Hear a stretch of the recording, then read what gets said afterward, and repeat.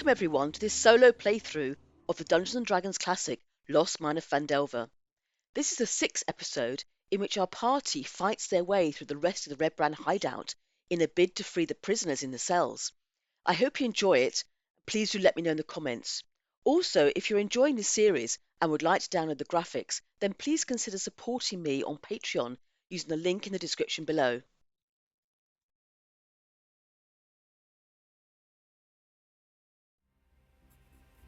Last time, our party won the trust of the Nothic, who inhabits the cavern at the heart of the Redbrand Hideout.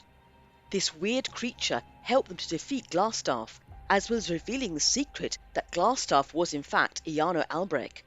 We rejoin our party as Valanthe chooses who she believes should receive the longsword Talon gifted to her by the Nothic.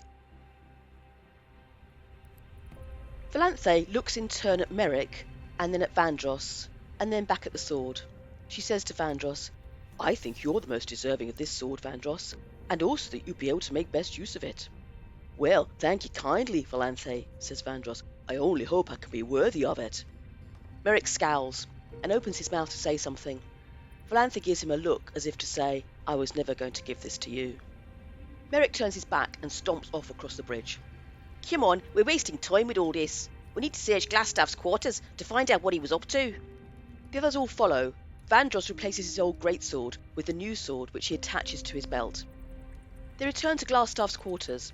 The first room appears to be a wizard's workshop.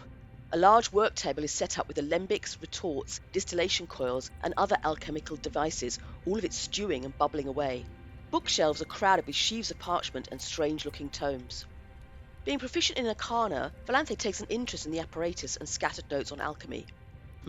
Seems he was trying to brew invisibility potions, she says, although I can't see any completed potions. Torga scans the books on the shelves and comes across one written in Dwarvish. "Oh, look, here's the journal of an adventurer named Urmon. There's some information here about the Weavico cave.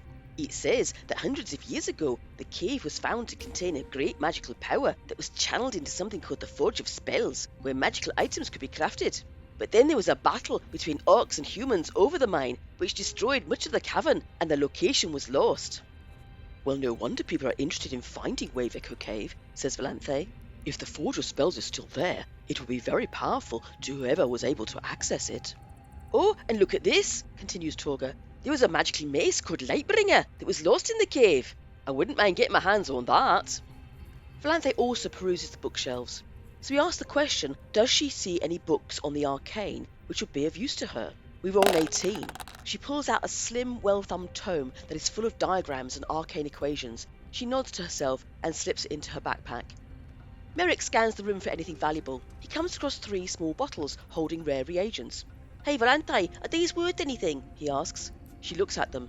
"To an alchemist, yes, but you'd need to find somewhere fairly specialised if you want to sell them. You probably would need to take them back to Neverwinter." They then proceed back into Glassstaff's private chambers, where they first found him sitting.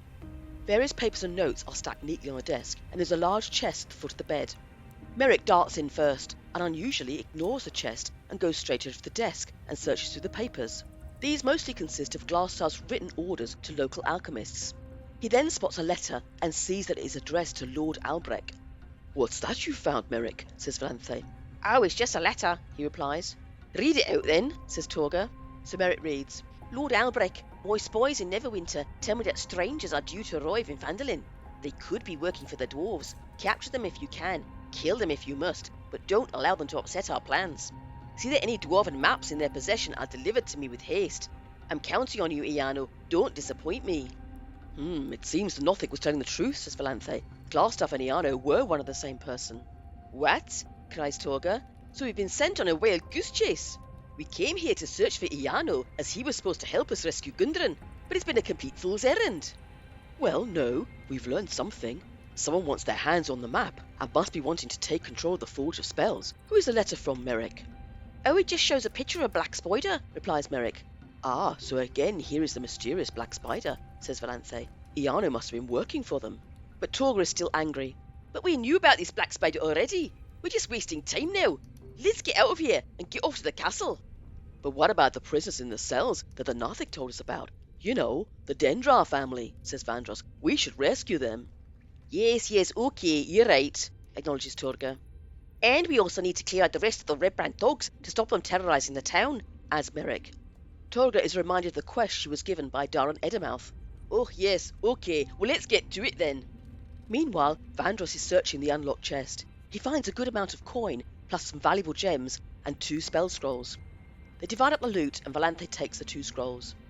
Which way should we go next? Says Torga. I'd say freeing those prisoners is a priority, replies Vandross.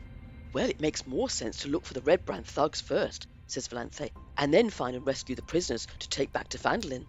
How come we haven't seen or heard anything of the other Redbrands yet? Says Vandross. It seems very quiet in here.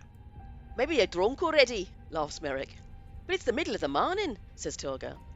Everyone be quiet. Let's listen, says Valanthe as she opens the workshop door into the corridor. She listens at the door opposite for any sounds of activity from the room beyond. She hears a mysterious rattling sound, followed by shouts and groans and a sudden gabble of voices. She whispers, "There's something going on in there. I can't make out what it is though, but there's definitely somebody there."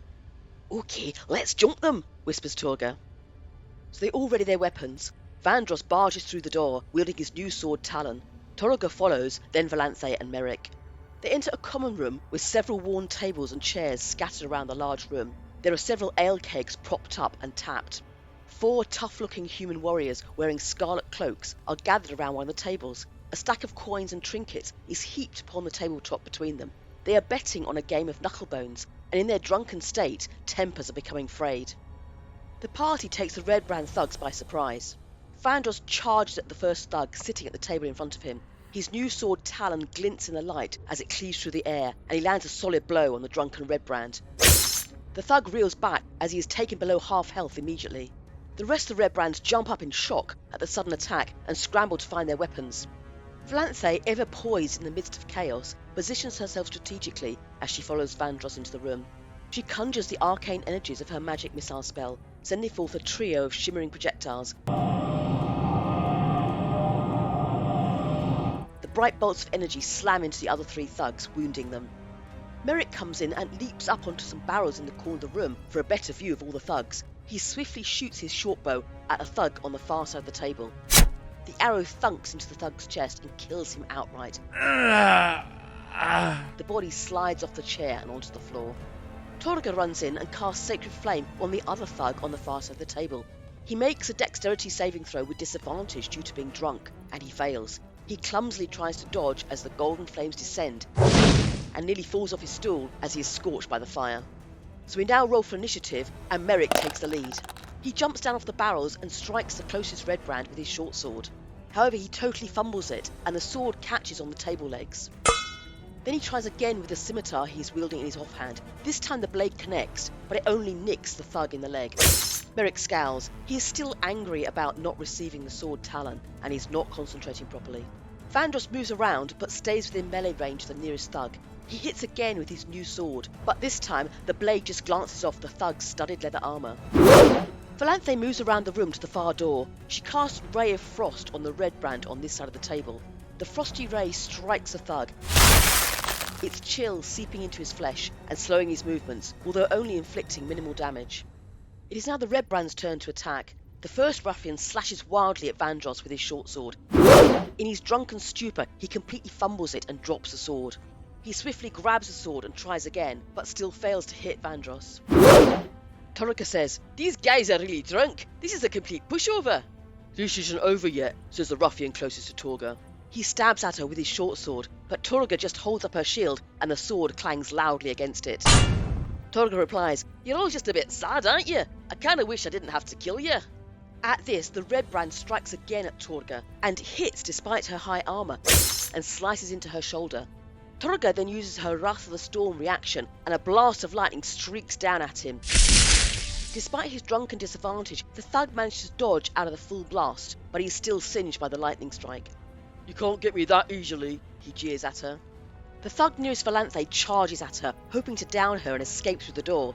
He strikes at her with his short sword, but Valanthe simply uses her arcane shield reaction to block the attack, and it bounces harmlessly off the shimmering barrier. He strikes with his sword again, but the shield still holds. As she is now in melee range of the nearest thug, Torga takes out her warhammer whilst holding her shield in the other hand. She smashes him in the gut with it. He staggers and doubles over in pain. Whilst this thug is still reeling from Torga's attack, Merrick strikes at him with his short sword. The deadly blade slices down into his back, and the Redbrand slumps to the floor. Vandross continues to engage with the thug in front of him. He makes a mighty two-handed swing with his sword, but again the strike is repelled by the studded leather armour and fails to do any damage. The drunken Redbrand hisses at him. "You sure you know how to use that sword?" With the thug now right in front of her, Valanthe hesitates on whether to try to disengage or to increase her defence with mage armour. She chooses to cast another ray of frost, but the frost just gathers around her hand and fails to hit. The thug jeers into her face. "Ha, wizard, you're toast now." The thug in front of Vandross is putting up a good fight despite his drunken state. He slashes forehand with his short sword and slices a long gash into Vandross's chest. He then slices the sword backhanded but fumbles it, and Vandross jumps nimbly back to avoid the attack. Then the ruffian in front of Valanthe continues his assault on her. With her magical shield now faded, the first strike slices into her arm. The second strike then stabs deeply into her side, and she reels back in shock and pain. "You're going down, wizard," leers the thug. Having dispatched the thug attacking her, Torga moves to support Valanthe. She casts Sacred Flame on the jeering thug. He fails to dodge and slumps to the floor as he is roasted in a blast of golden flames. "Thank you, Torga," says Valanthe. "He was becoming quite irritating." Merrick comes up behind the final thug, still engaged with Vandross. He makes a killing blow by stabbing his short sword deeply into the Redbrand's back. The thug gasps as he collapses onto the floor. "Phew," says Torga. "Those last two were a bit tougher, despite being totally pissed. I wouldn't like to meet any of this lot when they're sober." Vandross and Valanthe sit down to take a short rest. Meanwhile, Merrick and Torga go over to the table piled up with coins. "Wow, there's a fair bit of cash here," says Merrick. "They must have been betting on a game." Torga spots the Knucklebones dice. "Yes, that's a nasty vice, betting on dice rolls," she says in a superior voice. They count out the coin and divide it between everyone. They also spot a gold earring set with a tiny ruby. Torga picks it up quickly before Merrick can. "I don't think this would suit you, Merrick. I'll take it," and she laughs. Having rested, the party then proceeds through the southern door and into the passage beyond. There's a further door at the end of this passage. Valanthe again listens at the door. She hears several gruff voices issuing demeaning commands in the goblin tongue. Valanthe is able to understand this. They are saying things like "lick the floor" and "roll like a dog," and are laughing and jeering. "That's curious," says Valanthe. "I can hear goblins issuing orders to each other." "Goblins?" says Torga. "What are they doing here?" Merrick says, "I don't remember there being goblins in the Redbrand gang." Maybe we could disguise ourselves as Redbrands," says Valanthe, "and talk to these goblins to find out what they are doing here." "Great idea," says Torga. They return to the common room to collect the red cloaks from the thugs they have just killed. They don these scarlet hooded cloaks. Valanthe and Merrick take the lead in entering the room, followed closely by Torga. This barracks room contains 4 roughly built wooden bunks, with heaped up blankets and dirty dishes scattered about. A strong smell of unwashed bodies and rotten meat fills the air. 3 tall, furry humanoids are lounging among the mess, barking orders at a sad little goblin that demeans itself for their amusement. The party is somewhat taken off guard by the sight of 3 bugbears here, the largest of which is wearing a jewel-encrusted eye patch, which looks totally incongruous on him. As soon as they enter the room, the goblin, who appears to be a servant to the 3 large bugbears, gives a weak cry as he falls on the floor in a faint. The bugbear wearing the eye patch looks at them with a frown. "Yeah? What do you want?" He grunts. "Iana send you?" Merrick steps forward. "That's right," he says. "Iana believes there are some infiltrators into the gang and has asked us to investigate." "Yes," says Valanthe. "Have you seen or heard anything?" Merrick rolls for deception with advantage and gets a 19. "Snakes, eh? If Iana's sure, the Black Spider needs to know about this." Valanthe and Merrick glance at each other with the mention of the Black Spider. It seems that the bugbears work for this mysterious individual. Valanthe says, "Quite right, they should know about this. In fact, we believe these infiltrators are searching for the entrance to Wave Echo Cave. Could you tell us which way to go so we can follow them?" This time Valanthe rolls a deception check with advantage and gets a 20. Mosk looks at her suspiciously. The bugbears have been told by the Black Spider not to divulge the location of Wave Echo Cave under any circumstances. While this conversation is taking place, Torga kneels down next to the goblin to check he's okay. "Looks like he's just fainted," she says. She picks him up and lays him onto the spare bed. So we ask the question, does Mosk reveal the location of Wave Echo Cave, as Valanthe asks? We roll an 8, so this is no but. No, you stay here. Oi, you two! He grunts as he points to the other 2 bugbears. You go follow these spies to the cave and take them out. Then tell the Black Spider. Valanthe stands aside from the door as the 2 bugbears leave. She then whispers something to her owl. It gives a quiet hoot and takes flight, following the 2 bugbears with silent wings. Then Mosk says, Now you'll need to leave this room while I go speak to Glassstaff about this. Mosk moves towards the door. The group realises that they cannot let him go to find Glassstaff. Vandross, stop him, shouts Torga. Don't let him go down the corridor. Get out of my way! Grunts Mosk to Vandross. Sorry, I can't do that, replies Vandross. Mosk suddenly realises he's been tricked. He shouts for the guards, but there is no one left on this side of the hideout who can hear him. So we roll for initiative, and the bugbear takes the lead. He swings his mighty Morning Star at Vandross. The spiked metal ball slams into Vandross's shoulder and chest. The spikes pierce into him, wounding him badly. He is immediately dropped below half health. Torga responds swiftly. She steps forward and places her hand onto the bugbear's back and casts inflict wounds. Mosk grunts as the greenish-black stain spreads across his back and the necrotic energy flows into his body. Merrick then raises his shortbow and shoots an arrow which pierces into the back of the bugbear's neck, wounding him further. Valanthe casts Ray of Frost with disadvantage due to her proximity. The frosty shards dig into the bugbear's flesh, causing damage and slowing his movement with the chill. Vandross swings at the hulking beast in front of him. He fails to hit, however, the sword again catching on the wall. Damn, I need to get some practice in with this new sword, he says. Finding himself surrounded, Mosk turns and swings his Morning Star at Torga as the one who did the most damage to him. The wicked spiked ball swooshes through the air. Torga ducks away, but still receives a glancing blow that strikes her shoulder.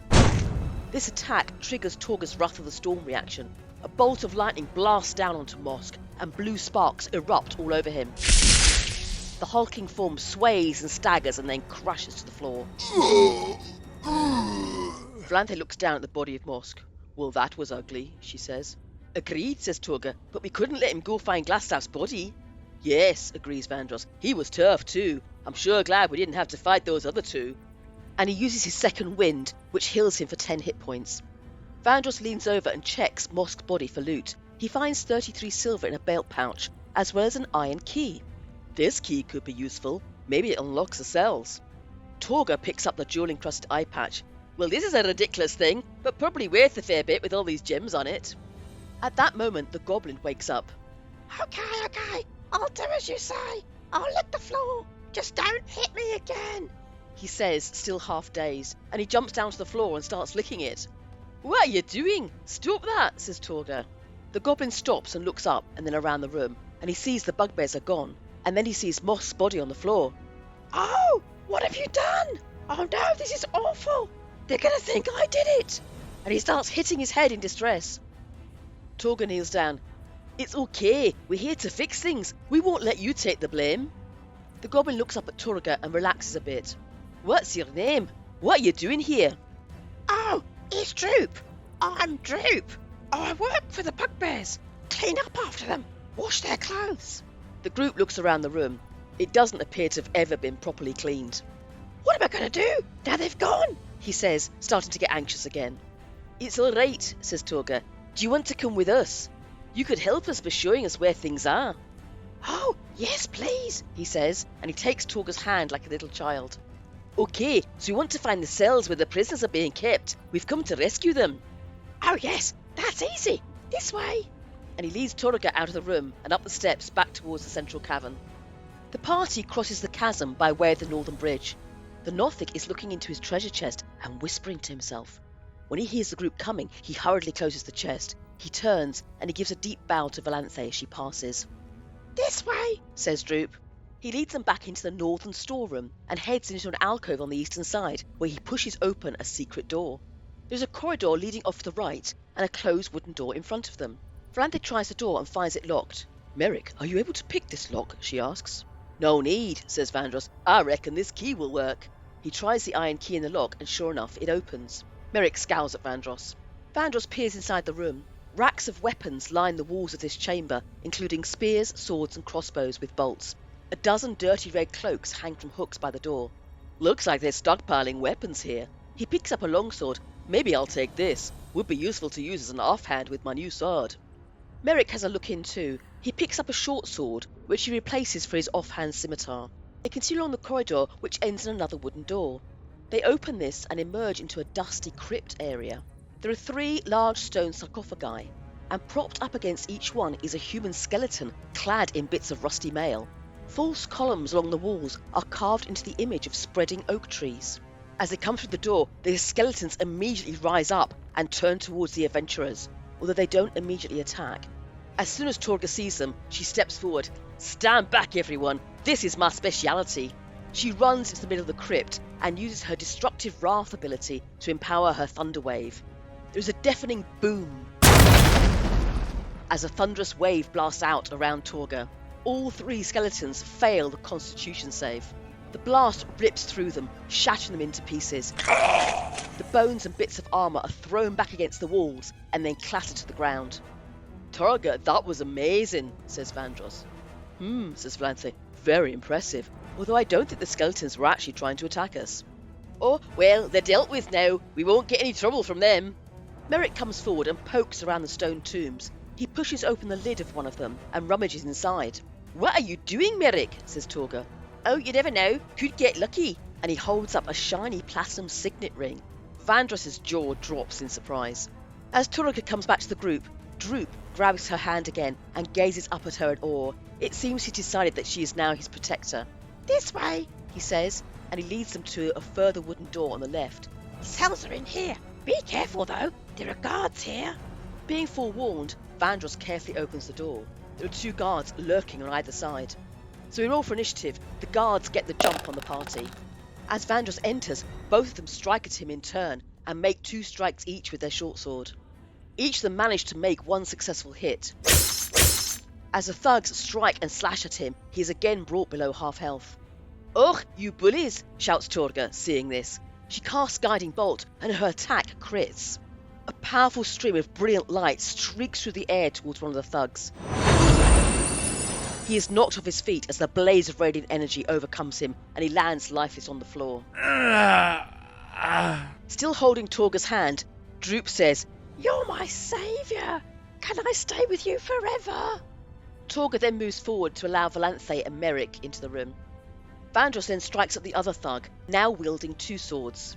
The first hit from Talon cleaves into the thug's chest. The second hit with the offhand longsword does further damage. Well, that feels better. Valanthe then casts Ray of Frost from the doorway, but it fails and the ice merely splatters onto the wall. Merrick then ducks through Valanthe's legs and leaps at the remaining guard, stabbing him in the stomach with his short sword.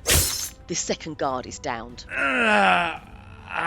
As the action of the combat subsides, the adventurers now see the prisoners being held here. Mila Dendra and her 2 teenage children, Nas and Dilsa. The 3 of them are cowering in their cells. Merrick gets out his thieves' tools and easily picks the locks to the cell doors. Mira is weeping with relief as she and her children emerge from the cells. "How can I thank you? I have nothing to give you." However, she tells the party about a valuable family heirloom which was lost in the village of Thundertree. "It's yours if you can retrieve it." Having fulfilled their quest to clear out the Redbrands and to rescue the Dendra family, the party heads back towards Phandalin to collect their rewards. As they approach the town centre, Merrick says, "Well, I'm off then. I've done what I came for. See you around, maybe." "What?" says Torga. "But we still have to rescue Gundren from the castle and then go find Waveko Cave." "Well, I don't have any interest in any of that. Good luck with it, though." "Well," says Valanthe, "I, for one, am not going to try to persuade you to stay with us. I think we're better off without you. Good riddance." Merrick glances up at Valanthe and then turns and walks away. And there we shall leave our adventures for now. Is Merrick truly leaving the party? Will they try to persuade him to stay? Will they venture into Cragmore Castle without him? Tune in again next time to find out where this story goes.